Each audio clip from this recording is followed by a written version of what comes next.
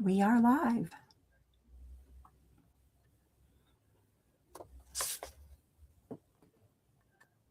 Hello, everybody. Welcome to the Leadership Book of the Month.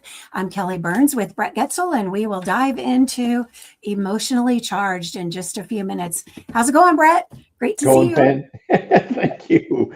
Thank you. I appreciate that. Friday afternoon. We usually don't do Fridays, so this was kind of a twist of events. So a couple quick updates. Kelly said my name is Brett Goetzel. You guys know me. You've been with me, 50 plus books, so no reason to go through that piece. But thanks for everybody for investing in this conversation. I love that part. I actually flew back late last night from Atlanta, and I'm reading a book. Not this book, actually. I'm reading a book, and it so often happens to me. Somebody wants to engage about, air quotes, what are you reading? And I can't tell you how many times that's happened to me. Has that ever happened to you, Kelly? Yes, yeah.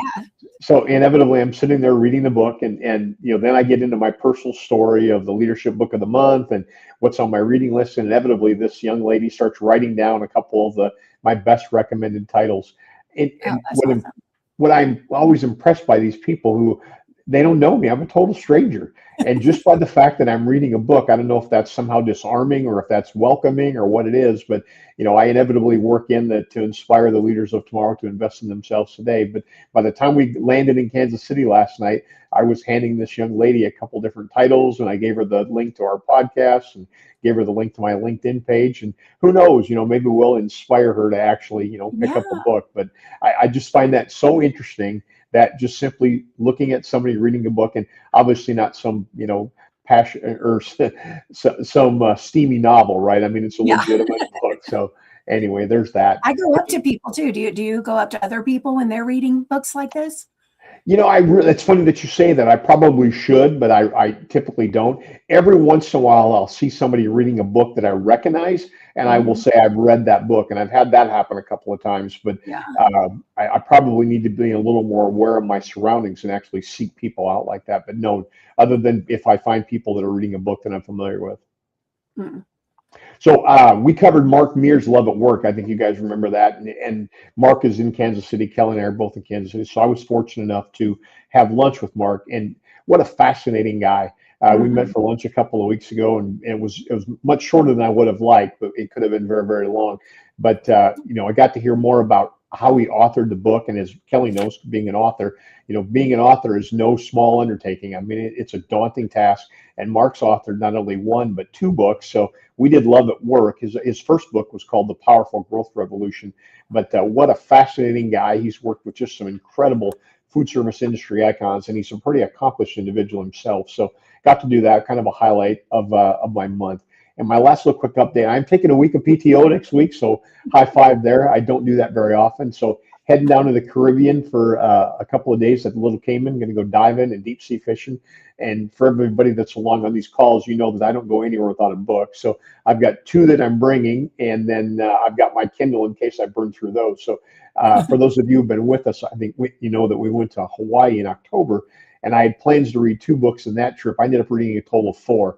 And I don't think I've ever read 4 books in 1 week, but I just was enjoying the content. So what's interesting about this, and I think this is just fascinating, my finance professor at Rockhurst, my business school professor, Dr. Fitzpatrick, he shared a story how he was planning to go on sabbatical, and his whole intent of going on sabbatical was to do nothing but read.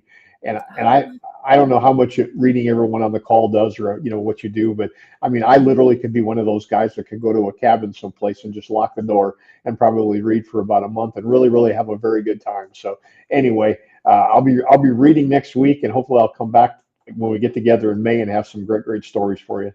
Yeah, and share the books if there are good ones for us all to add to our list. So it's funny that you say that, and I'm going to tee this up for you. One of the books was recommended to a guy by me, a friend of mine, a colleague, and he said, this is probably the best book that I've ever read. I haven't read it yet. I can't even tell what the title is. I have it ordered, and I think it's one that I suggested to you, Kelly, that we potentially consider in 2027. So when we get to that, we will cover that. So that's an interesting segue. That I know you didn't do that on purpose, but you have a tendency to just know. So we really don't, I don't play a big role in how we choose the books. And I've got to call up my friend, I call her my friend and partner, Kelly, because she's really the brains behind selecting the books and the authors and, what we do each month. She does the promotion, she connects with the authors. about joining us. She manages our website. She posts the recordings. Keep in mind, all this is just nothing more than for a good cause. We're not paid. This is all pro bono. So emotionally charged, couldn't have been more on trend if you think about it. And we'll get into the book. Covers COVID, covers remote and hybrid work, covers DEI, covers AI. I mean, it couldn't be more contemporary in terms of the challenges that leaders are facing. So thank you, Kelly. As much as I like, as much as I can say it. So the leadership book of the month has become kind of a passion project for me. And it's a little bit about my personal brand, and I know it is for you, but I'm sure our listeners would really, really be interested into how you put all this together. What's your process? How you identify the books? How you connect with the authors. I'm fascinated to know, and I know everybody else will be as well. Oh, thank you so much. I appreciate that. And it's fun to share this journey with you. I think this is number 51 or 52. So we've done a lot of them over the years. Yeah. And I do take the selection very seriously. I read a lot more than the ones we do our broadcast about, but they don't all make the list. And I think about the people who want to invest in themselves today so they're leaders tomorrow. And that can be at any stage. So you could be a senior executive that has 40 years of experience, but if you're not investing yourself and staying updated, then you're going to get left behind and maybe even be a less effective leader now. So I do take that very seriously. And if I'm going to have people or encourage people to spend the time listening to us talk about it and then perhaps get the books, then I think that's an obligation that I have. So I do take that seriously and pick the modern ones. And then this year, I think they flow really well. So this month picks up on last month, and then next month picks up on from this one. So it takes it another level. And and luckily all the recordings, that's a lot easier now than it used to be. So tech advances have helped with a lot of it. So but I appreciate that. I want the listeners to know that we do take it seriously, and I appreciate their commitment as well. Well, thank you. And I'm better, obviously, having taken the journey with you. As I said, I really can't take much credit for very many of the titles. I think there's a few I've suggested, but the bulk of this all goes to my partner, Kelly. So thank you for that. Yeah. What are your updates this month? You know what? I don't know if I have any updates. Let me think. Good enough. Yeah, I think. Yeah, let's dive into this one. Yeah, tell us about the authors. I'll bring an update next time. This one, Emotionally Charged, How to Lead in the New World of Work. So we will dive into that in just a bit. I chose this because it talks about all the changes that have happened, and it uses the term VUCA, the volatile, uncertain, complex. I forgot the A, but that's a term people have used now for 10 years or more outside of the military. But I wrote a white paper about it, peer-reviewed white paper in 2017, and used that term, and it was new to a lot of people. And I thought the world was that back then, and changes were happening all the time. And now, and since then, it's even more. So this is like VUCA with emotion on top of it. So that's what made me draw. That's what drew me to this. And Dina Denham Smith is one of the authors, and Alicia Grandey. Oh, I forgot to listen to see if it was Grandey, Grandey. And I've met Dina before, and she wasn't able to join today because I didn't give her much notice, but maybe we'll do another conversation with her another time. But she is an executive coach and to senior leaders and teams at premier brands like Adobe, PwC, Sephora, Goldman Sachs, Google, Netflix, and some others. And prior to being a coach, she was a consultant and served executive roles in marketing, tech, and private equity. So we always like to have people that have real experience. And so she does have that. And then the experience is coaching. And Alicia is more of a researcher and a professor. She is a professor of industrial organizational psychology at Penn State. And both of them have been published more than 60 times in places like Harvard Business Review, Fast Company, Forbes, Wall Street Journal, Business Insider, Newsweek, goes on and on. They're very accomplished. And the book, you can tell they're very accomplished as researchers and updated because they include a lot of research in the book. But they start with what is new about the world. So I thought we could start our conversation about the book with that too. So what they talk about, the remote and flexible work being new, tech and AI new, And then the increase in the employees and managers want more work-life balance, and they expect that to come from their management and from work. And then increase in diversity and polarized workforce. So those are the four main things they talk about. What else are you seeing, Brett? Well, it's funny when we started talking about work-life balance, we just had an individual who left the business here this last week, and literally that was the reason that he left. You know, compensation was fair, the work was fair, but the expectations of just what happens in our business and our industry required a certain amount of work, generally on Sunday afternoon.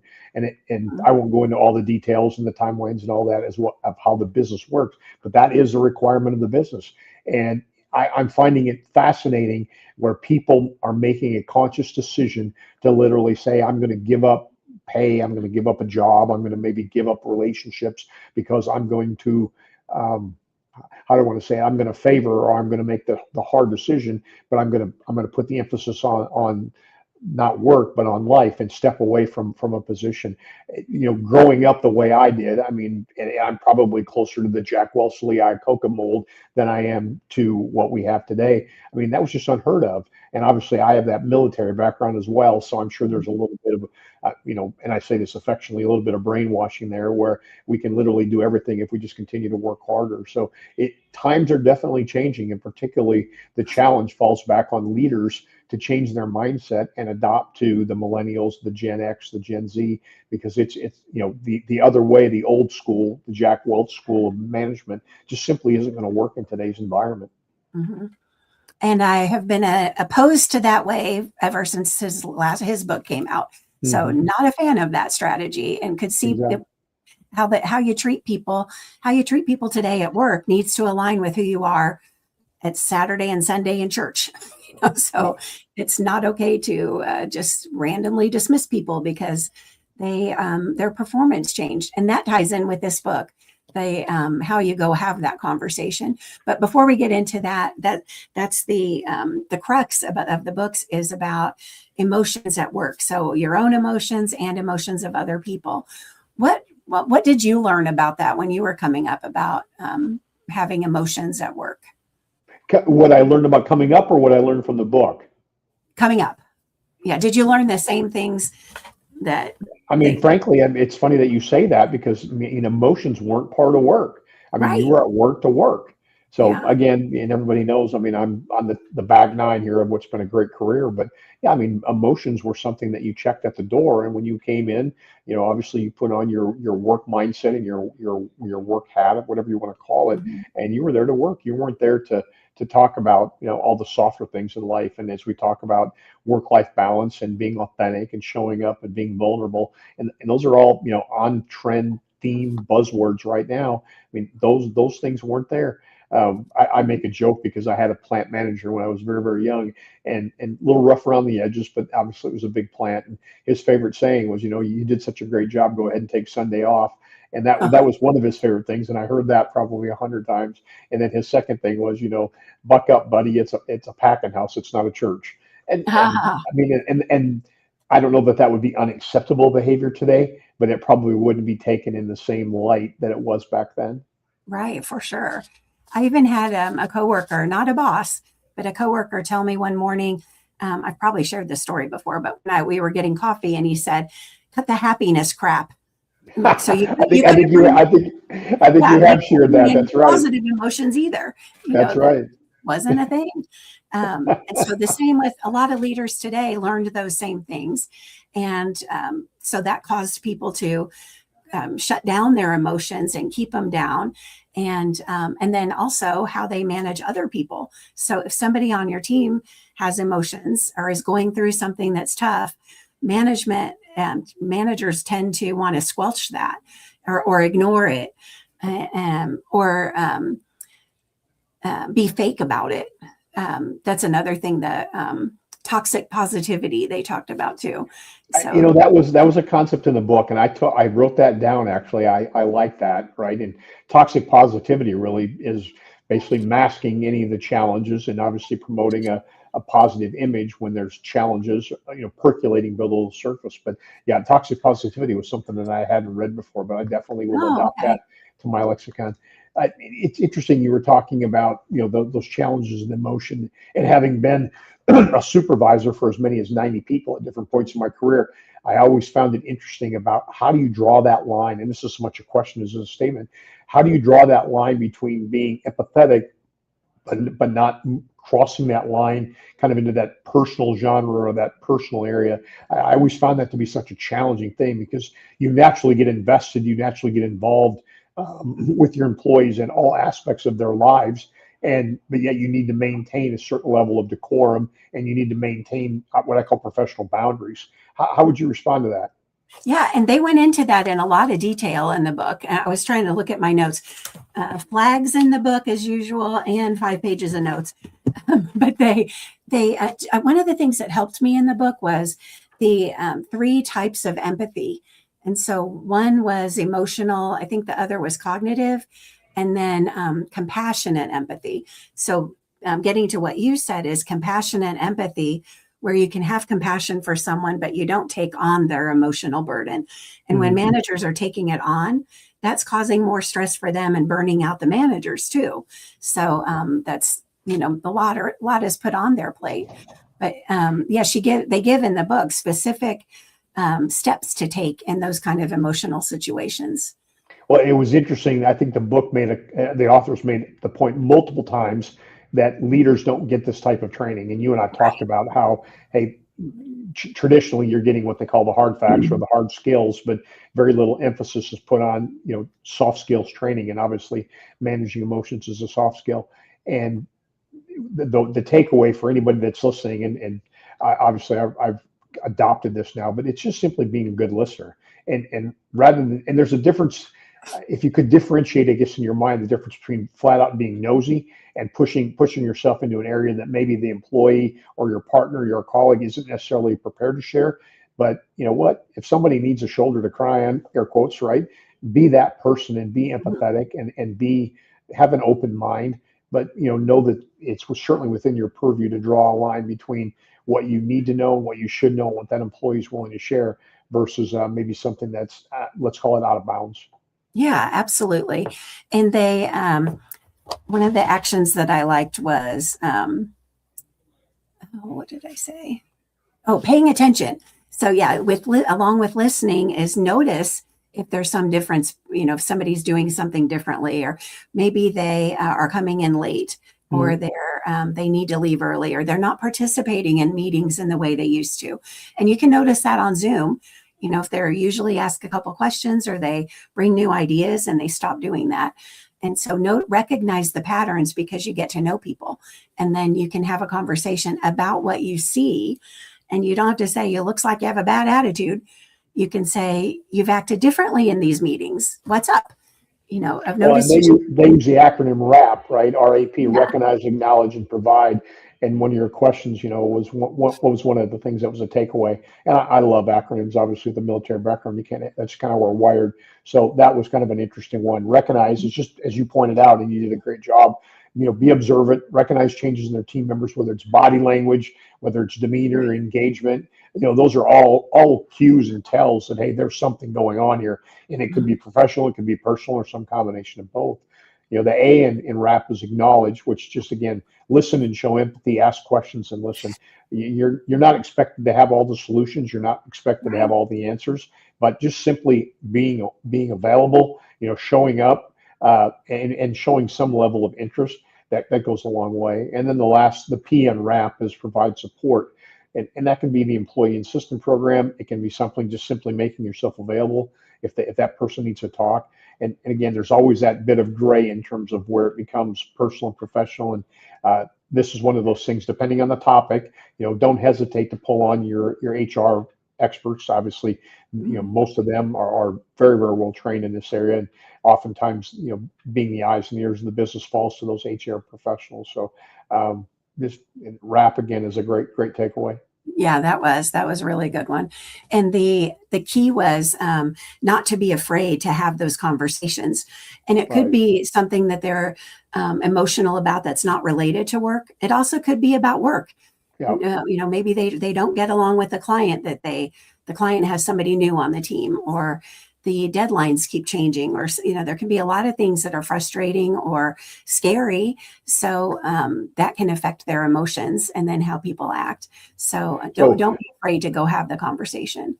So I'll guarantee that you're like me, and that when you read the book, or any book for that matter, you put yourself into the book, whether what term you want to call that, personification or whatever the case may be. And as I'm reading the book, I see little things. Yep, I'm guilty. And so there was a list of don'ts. And as I'm reading the don'ts, I'm like, yeah, I've done that. So and the don'ts are almost as good as the do's, right? So a couple of the don'ts were, don't ignore what the colleagues shared. Of course not, right? Be engaged, make eye contact, have good positive body language. Don't make a joke about what was shared. I thought about that one for a little bit. I don't think I've ever quite done that one, but I'm kind of a jokester, so I wouldn't go so far as to say never, but I couldn't recall a specific time.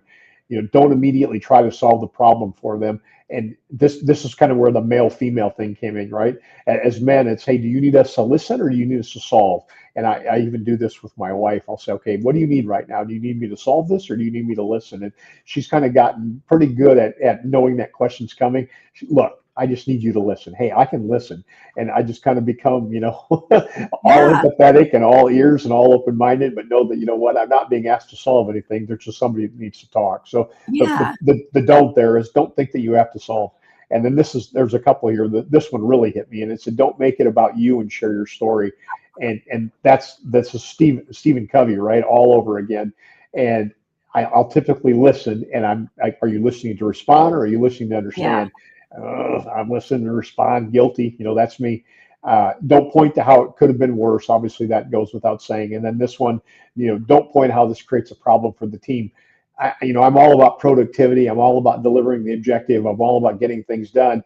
And so I will guarantee you at some point in my career, I've said to somebody, if you leave early, everybody else has to pick up your load. Or if you leave early, we may not meet the objective.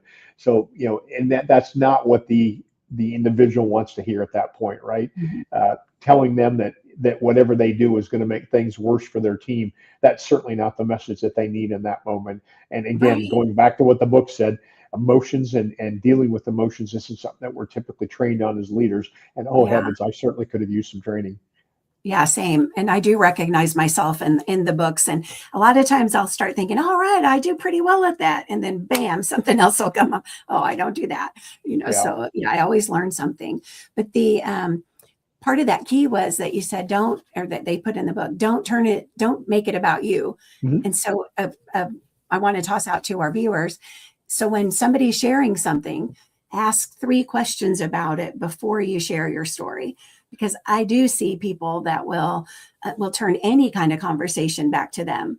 Oh, what did you do this weekend? And the person says, oh, we went to the amusement park. And then the person who asks says, oh, that's my favorite one. And I love this ride. And so it's not only, emotional, sad or hard conversations. People do that all the time. So if that's your practice on a regular basis, that will be your practice in a tough situation too. And the book encourages the conversation for those when somebody is emotional or needs something, but they make sure you understand that that's not a performance review, and you can have those too. That they're not saying be a pushover. So, just let everybody do whatever they want if they are emotional, and that's not what they're saying either. So, but have that conversation to understand what's happening and clarify the expectations. And if something can be altered, by all means. And if it can't, then you have to have that conversation, but don't just fire them and never have that conversation. And I see that too. So naturally, when we're talking about emotions, our mind, I believe, goes to the interaction between the supervisor and the subordinate, and the supervisor dealing with the emotions of the subordinate. And the book goes into a lot of detail about the impact to supervisors and leaders, and how things that happen throughout the course of their career can have an emotional impact on them. And I couldn't help but get that out of my mind. I've been nurturing a relationship with a potential C-suite individual. Great guy. Love him in a lot of different ways, and just kind of keeping him warm, I guess is the best way to say it, until we've got a place to put him on the team, because we certainly think a lot of him. And as we've gotten to know him, he shared, what he professes to be the worst day and he's ever had, where he had to let 8 people go on his team, which was more than half of his team. And the company was just going through a downsizing and basically eliminating that layer of management. And he shared in great detail, what happened, how it went down. And here we are many years later, probably 5 years later, about the emotional toll and the strain that made on him and the impact that it had. And again, we all obviously getting laid off or getting downsized is stressful for the employee, but it can be equally taxing for the supervisor or the leader, the business unit leader, who has to deliver that message to people who have probably given their soul, right, for the company, for the team, for that leader, and then to have to deliver that message. And again, my whole point in bringing that up was the fact many years later, he still can recount with vivid detail what that meant to him that day. So it's equally important that we recognize the impact of emotions on leaders as we do on subordinates and team members. Yeah. And in conversations with leaders, and I do this work with company culture and leadership. And so it's very common when a manager has to lay off someone for whatever reason, and the manager is emotional too. They're really bad at engaging the people who still work there. And they just don't want to talk about it. They'd rather just push it under the rug. And if they've been toxic positivity leading up to that layoff, like if the business isn't doing well, a big client left, if changes might need to happen, but the boss is acting like, oh, everything's great, we've got this, then the employees think that they're safe. And that's not good. Walking on eggshells isn't good either. So being transparent with what you can is more honest. And even if it's hard for the employees to hear that layoffs might have to happen, it's better to be honest than phony about it and then let people go. But if I've ever worked with a leader that said, yeah, we just have to have layoffs. When I have worked with leaders that had to have layoffs every quarter to meet the numbers for the board. And so, and I've said to some, that's not leadership. That's such poor leadership that you really can't do a strategic plan. You really can't figure out your operations after years. This was before I knew them and they were doing it. And it was one of the things in the culture that needed to change. And that was really bad leadership. But if you're not willing to have these hard conversations, then you probably shouldn't be a leader. Then don't be one. So we didn't learn how now. And this is a good way. This book has specific tips. We've shared, because we've been on this podcast for years now, but everybody knows my position was eliminated in 2021, and we're now almost 5 years from that. And I've had a few. I've been laid off, and I've laid off other people too over my career. Well, and the day that it happened, the HR manager who I'd worked with for almost the entirety of my 20 years at the company literally sat in his office and cried. And he just said, you're one of the good guys. This isn't supposed to happen to you. And I literally found myself with the roles reversed, right? I'm the individual being let go or terminated or downsized. And I'm consoling the HR manager literally throughout this process and saying, we're going to get through this. We both have a job to do. Let's gather ourselves. This isn't the time for fears. And it was just one of those things. And and that's kind of neither here nor there. What bothered me about it, and what still bothers me about it today, that I was only one of many. And obviously when I was let go, I was a single individual. But I thought to myself, because this gentleman's a wonderful woman, man. I still stay connected with him today. But how many times he's had to go through that. Now, he may not have the same level of depth of relationship with other individuals that he did with me, but I thought to myself, my gosh, that's literally a job requirement within the scope of his position, is to do this on a regular basis. And I'm sure he's found a way to compartmentalize it and rationalize it and deal with it. But again, the topic that we're talking about is the toll that emotions take on leaders. And this is just one example of a rather taxing event, a jarring event where somebody's got to deal with these emotions. Yeah, right on. And you have to read the room. So he didn't do a very good job of knowing what his role was in that, which made me think of the section in the book about, is it okay to cry in the boardroom? And they went into that a little bit because the society now is all about the buzzword of vulnerability. And they refer to Brene Brown, who kind of launched that word into the lexicon. But Brene Brown has had to come back out and say, when she was talking about vulnerability, she meant go toward the conflict with someone. She didn't mean it's okay to say, oh, sorry, I didn't prepare. I've had a tough week. Or, like, it's not okay just to use your emotions, or, and the book goes into that too, or to share every emotion with everybody. So in the book, that's not their point either. And they talk about knowing where the guardrails are, and the crying in a boardroom is not the great idea. I wouldn't recommend that. No, not at all. Not at all. So let's pivot. There's a whole chapter detailing the leading in the digital age, which again, we talked in the beginning here about how this book is so on point and on trend. Yeah. And you think about the digital age, and that's kind of a euphemism for remote hybrid work. That's really what it is.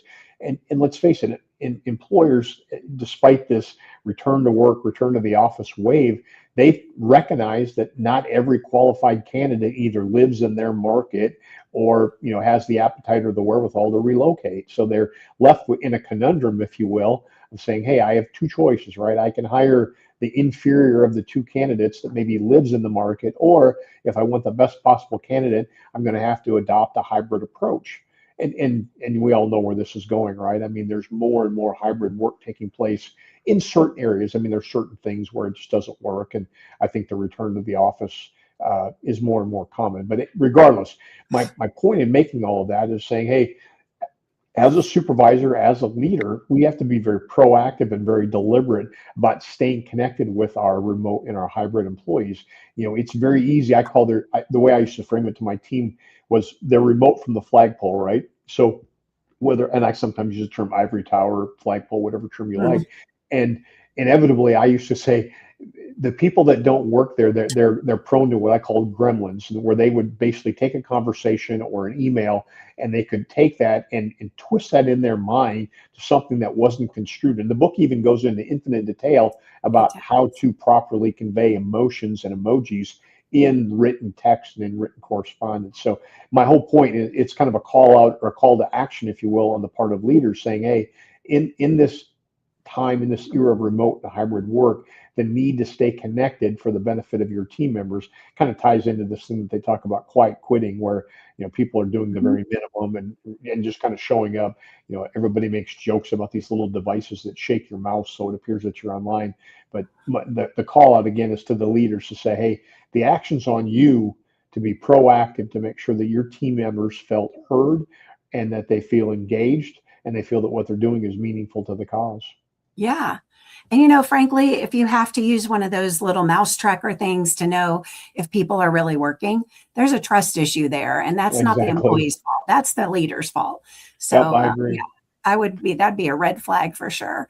And they talk early in the book about 3 things that people need to feel engaged at work. And it was control, having some autonomy, contributes to it, competence, so that they feel like they know what they're doing, they can get trained on the new things, and then connection, exactly what you're saying. And when people don't feel that same connection in the hybrid, or if they're only working from home, and there's data that supports that now. Well, I started to think about what did I do? And obviously we came together every year for a large corporate meeting, kind of a sales meeting that had to do with training and some camaraderie and some fellowships, team building. We had an on-premise Christmas party, which is another gathering where spouses were brought or could be brought. So there was that. And then, we would collectively show up at industry and trade events where people were from all across the country, and we would attend these trade events as a team. So, just having that connection, and inevitably those things led to more intimate conversations. Maybe somebody had something that they hadn't had time to bring up in a video call, or they hadn't had time to actually engage in a phone call. Well, now they've got, kind of FaceTime with that leader, that supervisor, say, you know what, I've been really thinking about this, or this has really been weighing on me, or I've had this on my mind. Can we step aside and take 5 minutes to really visit about that? And there's just something that in that face-to-face connection where people have a tendency to maybe open up and be a little more transparent and vulnerable than they would maybe in a group video call or something like that. And that even happens if they work in person, but go out of town together, go out of town to a conference. And so don't let your guard down all the way just because you're at a bar after the conference, or, you're outside of the work. You need to always read the room, RTR. I'll always remember that. What were some of your other favorite takeaways or action items that you liked? Well, I thought this was really interesting, and this hit me quick. And I don't know if you picked up on this. This was the third book in a row, Kelly, that called out the importance of breathing and breath. Okay. Journey of Leadership talked about it. Love at Work talked about it.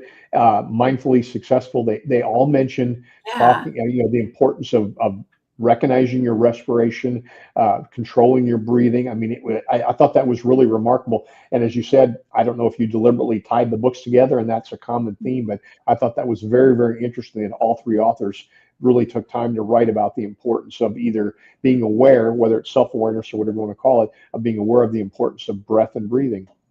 And they did, one of my favorite tips was about anticipate your emotions going into a situation. Mm-hmm. So thinking about what the agenda is and how do you feel about those items. And so then do the deep breathing exercises before you join the Zoom or before you enter that conference room, so you can regulate. Breath obviously affects blood flow. That's the thing. So it'll slow down what's happening inside. So I love that. I use that a lot. Yeah, that's good. If you would have seen my calendar when I started my day today, it was, I tell people it was black. It really wasn't black. It was blacked out.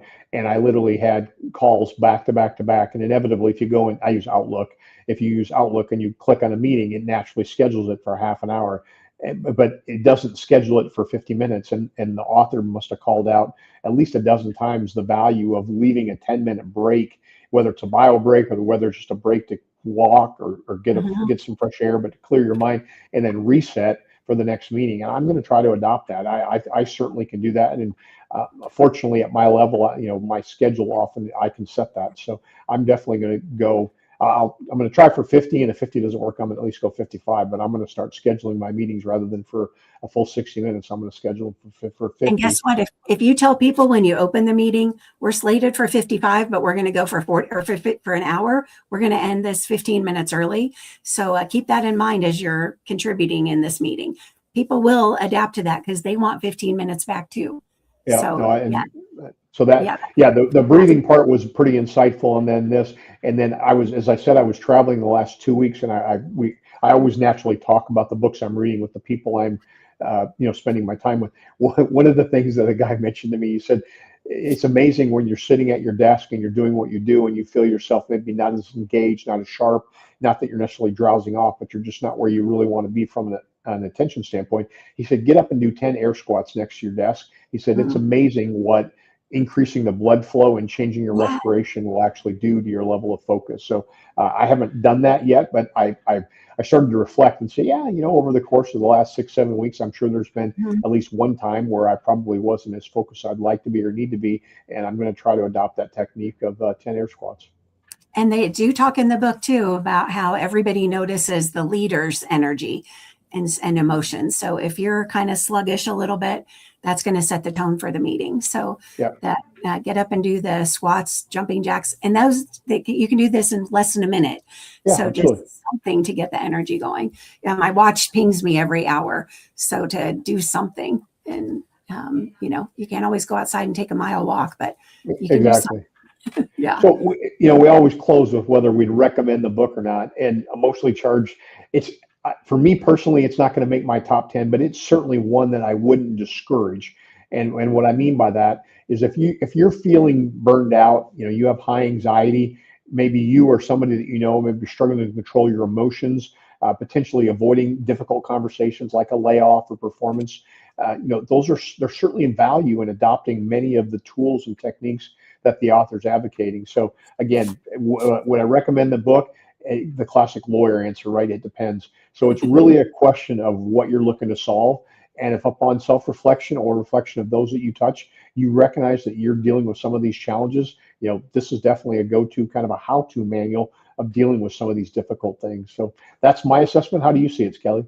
Yeah, similar. And I think if you have not studied anything about emotion, if you're just, you think that you have it all together, it's good enough, you're missing opportunities to engage or to improve yourself and your team. So the first at least the first part is a lot of the research and tons of research to convince you that why this is important. If you don't need that, then go to part 3, and they are very specific about actions that you can take. And sometimes books like this are not. So it's not touchy-feely. It's not give in to everybody and let everybody take on everyone's emotional problem, which some of them are too. And it's not like that. So I would encourage every leader to think, reflect and see how well do you do this already? And if you haven't adapted or evolved in the last few years, then get on it. And this would be a great way to do it. So I would recommend it. I echo that. I mean, the 3rd section, I don't remember what chapters it was, but it was as much about a how-to manual with very practical applications, acronyms, very, very step-by-step, things that anybody can readily apply. And they weren't written at such a level or such a high academic performance standard where anyone can adopt them. It was very easy to apply. That's a really good point too, because they are so smart, the 2 authors. So, but it's not an over our head, or you have to like study it like a textbook. It's not like that. I thought that it was very approachable. And you just made me think this would be a good one for managers to have on hand, because you might not be in all those situations that they refer to in the back. But when you're in one, you have this book to go to when you need it and just read that one part. And you're naturally gonna engage with somebody that you say, you know what, hey, I've got a book that I think that you would benefit from. I've got something that I'd like you to read. And to your point, I was thinking of our HR individual, because obviously she fields a lot of these topics and deals with matters that are similar. And again, you could go in there with a paperclip on section 3 and just say, hey, read this. If you have time to read the rest of it, great. But if you want, read this. And so anybody, even if you are pretty good at it and do it often, there's going to be ways you can fine tune as well. All right. So next month we're covering The Power of Employee Well-Being by Mark Crowley. And he also released Lead from the Heart in 2011 and hosts the Lead from the Heart podcast. So Crowley spent 25 years in financial services industry before making a shift to an author and speaker. And we look forward to connecting with you on that one. And Kelly let the cat out of the bag earlier today. What's the surprise, Kelly? The surprise is that the author is going to join us. And I literally found that out about an hour ago, right before we started. So Mark will be with us next month, which will be May 28th. And we'll post after. We don't always get a lot of people that join live, but we get more views later. So we look forward to sharing this book next month. And if you want to go deeper on any of what we talked about today, that is the kind of work that I do in executive coaching, and with leaders of the highest levels, talk about these things a lot. So feel free to reach out anytime. Oh, and I forgot to put our banner with the website. Well, while you're doing that, so May 28th, Kelly called that out. That is the Thursday of Memorial Day week. So if you've got time on your hands over that 3-day weekend and you're looking to cuddle up with a book, go ahead and grab The Power of Employee Well-Being. And we look forward to having you as a guest, along with the author, Mark Crowley, when we get together at the end of May. Yes. Kelly, final thoughts? I want to just say thank you for sharing today, and thank you to all of our viewers. Thank you to Dina and Alicia for the book, and I'll look forward to following up with them. And we hope to see you back next month. So thank you very much, everybody.